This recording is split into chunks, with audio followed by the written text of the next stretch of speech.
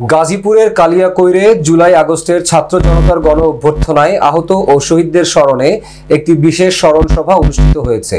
বৃহস্পতিবার 28 নভেম্বর সকালে কালিয়াকৈর উপজেলা প্রশাসনের আয়োজনে উপজেলা অডিটোরিয়াম হলে এ সভা অনুষ্ঠিত হয়। স্মরণ সভায় শহীদদের আত্মত্যাগের কথা গভীর শ্রদ্ধার সঙ্গে স্মরণ করা হয়। অনুষ্ঠানে বক্তব্য রাখেন উপজেলা নির্বাহী কর্মকর্তা কাউসার আহমেদ, উপজেলা বিএনপির সভাপতি ভিপি মোহাম্মদ হেলাল উদ্দিন, উপজেলা সহকারী কমিশনার দিল আফরোজ, উপজেলা সমাজসেবা অফিসার মিজানুর রহমান, শহীদ পরিবারের সদস্যরা, শিক্ষাবিদ, বিভিন্ন পেশার বিশিষ্ট ব্যক্তিবর্গ এবং এলাকাবাসী।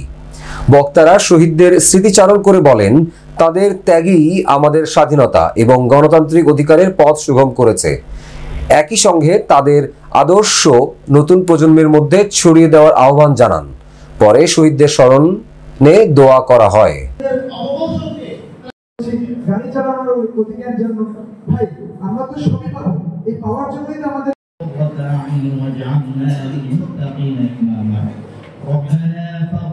শুকরি তাদের রূহের মাগফিরাত কামনা করতেছি। ইয়া আল্লাহ, জীবিত